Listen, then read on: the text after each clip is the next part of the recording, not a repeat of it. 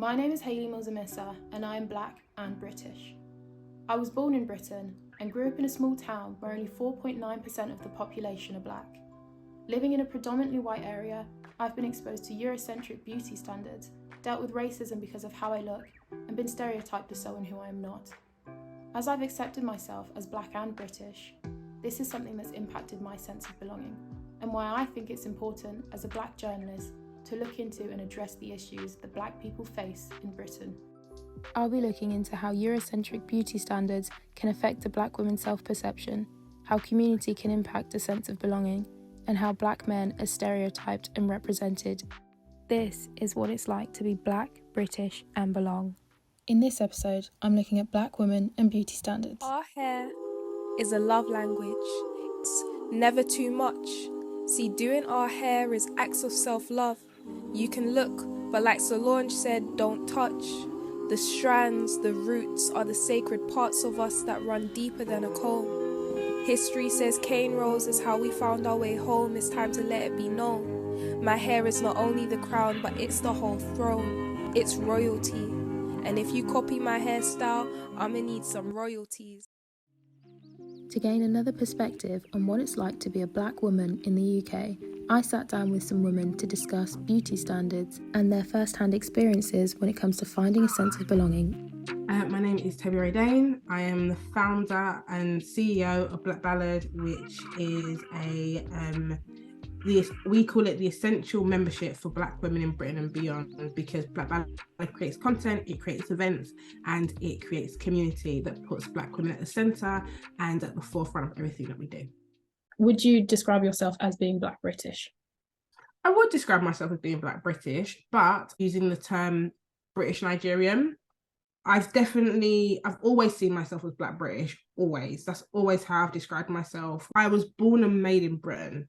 I am not ever going to be able to go back to Nigeria and fit in like that. Like, it's just not going to happen. I have privilege when I go to Nigeria, and that's super important for me to acknowledge that I have an immense amount of privilege because of that British passport.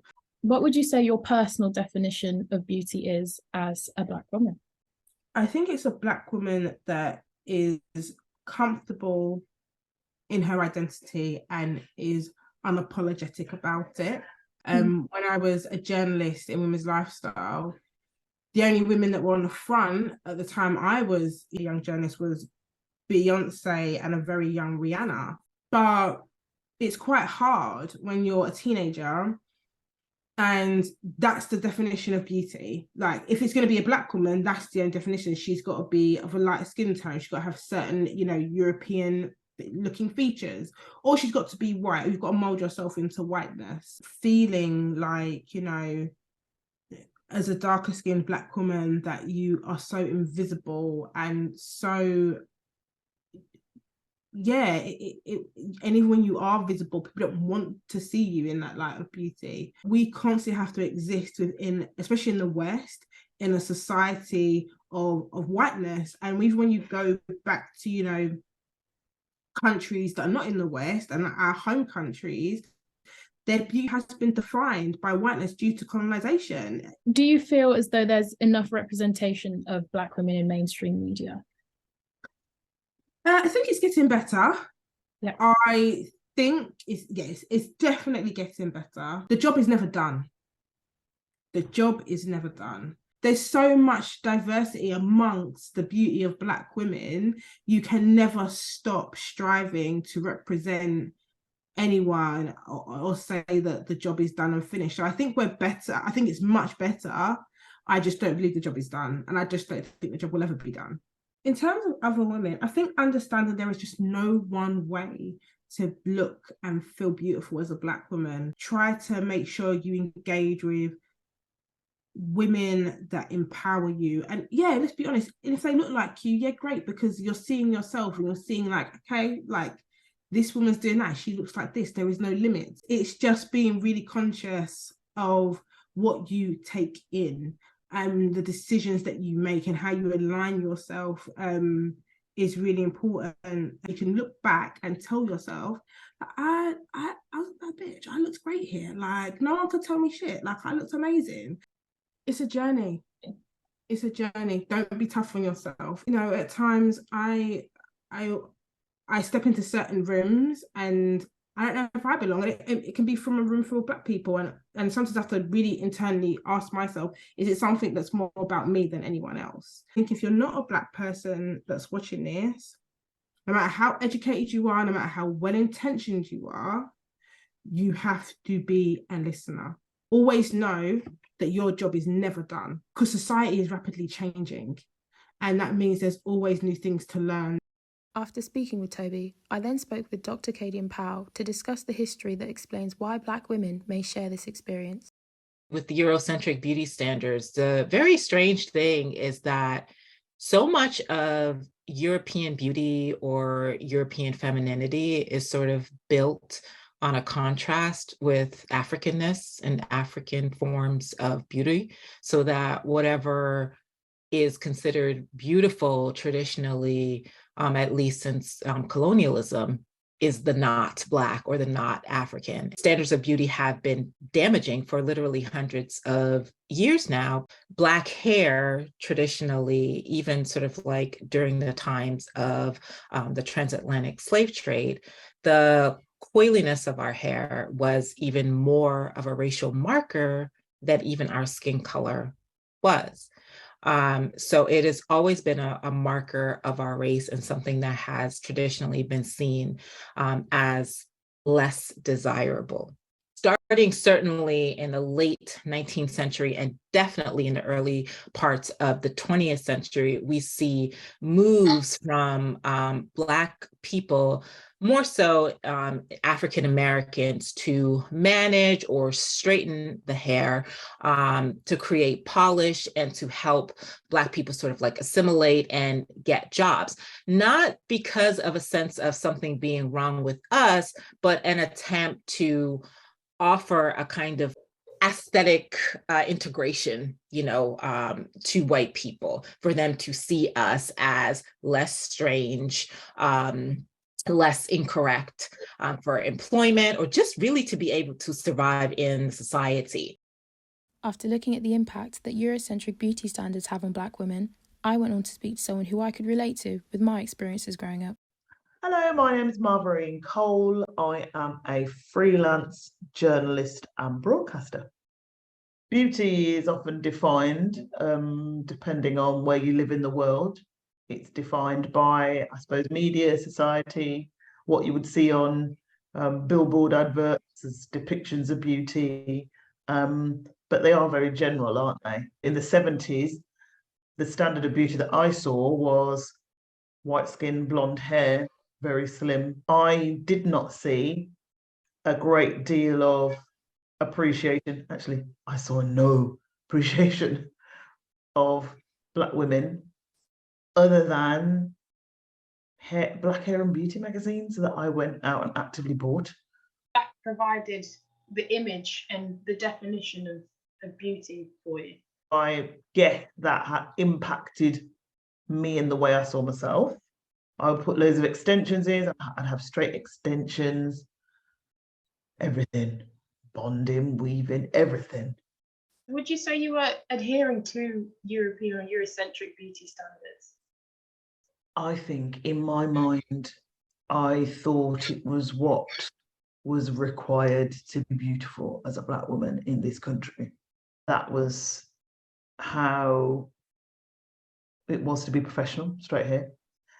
And again, because there were few Black women on television news, those that I saw, straight hair. So I thought, this is how I have to be in TV news, to work in TV news and to work on screen. So you did feel a pressure to adhere to the UK beauty standards that you know of? Yeah, I guess so. Society changes, and there's a huge natural hair movement and a huge acceptance of Black hair amongst Black women. There are still problems in schools and in organisations. You read all the stories about kids being banned from having plaits in their hair and all the rest of it, being told that is unprofessional for school. So society has changed for the positive in some ways. There's still a lot of a way to go. But also I think when you develop and you age and you have different experiences, like now, I'm natural, happy to be natural. And for me, almost, it was a rebellion. It was going natural. For me, it was part rebellion and partly being tired of covering up my own hair. I used to scrape my hair down one side and clip it so that I'd look like I have a side fringe like all the other girls do, just to fit, not to necessarily to fit in, but to feel like I belonged to a group or to a beauty standard, or I felt prettier that way. I didn't realise that's something I was conscious of at such a young age. It's something that I think needs to be voiced or heard. Without a doubt. And you know what, Hayley, you talking about the hair to the side. I did exactly the same thing. I think there is definitely about trying to fit in or just wanting to feel similar. Yeah. And I think, assimilation was very much, for me, it was very much a part of my life, in that my mom and dad came to England and the Midlands from Jamaica in the 50s. And, that generation that's called the Windrush generation, their kind of raison d'etre was about coming to England, doing work, knuckling down, keeping your head down, not complaining, just trying to fit in, just getting on with things, because they were already, being abused verbally, physically for even being here. People didn't want them here. So anything that raised their head above the parapet was not to be encouraged. Don't do anything to make yourself be more visible. Just be who you want to be. Don't try and be anything you're not. Don't try and second guess it. If you want to do your hair one way one day and then you want to dye it the next, just do whatever. Be you. Follow your heart with how you want to look. Try not to be sucked in to feel you have to be a certain way and look a certain way to be accepted, to get a boyfriend, to get a girlfriend, to get a partner, to get a job. Just be you and believe in you, because ultimately you cannot wait for people to believe in you, others to believe in you. It starts with believing and loving yourself. Actually made me very emotional. I don't know where it's come from. Oh, sorry, I'm feeling a bit emotional too. But I really, it's fine. I really believe that, because I spent so many years so fed up in my teens. Both of us crying. Don't you worry. You cry out. I know where you're coming from, because what you felt as a kid, I felt as a kid. Didn't not belong, dreamt I was white, and then I realized, you know what, this is me, and I have to be me. Don't listen to anybody else. Embrace yourself, love yourself. Ending with a rather emotional conversation with Marvarine, I was reminded that Black women face an ever-changing experience in the UK. These beauty standards placed upon us may maintain bias, but should not discourage us from presenting ourselves however we please.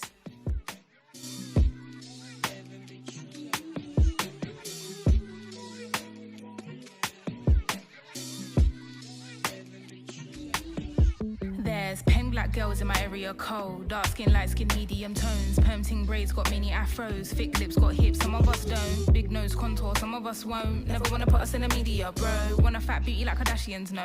Want a fat beauty like my auntie got, yo. Wheel up the block clock, tell her reload it. I've got the camera, my girls are posing. I need some backup, then my ones are rolling. Grown woman things, so I'm never at risk. Mind my own business, I'm never in mess. Who am I? I ain't big, get a slice of the cake. Want a house with a view and a new pair of shoes. Keep it real from the jump, Gucci gang. Little vibe, little bass, little kick, little snare, little lies, big truths. Do you? They don't care.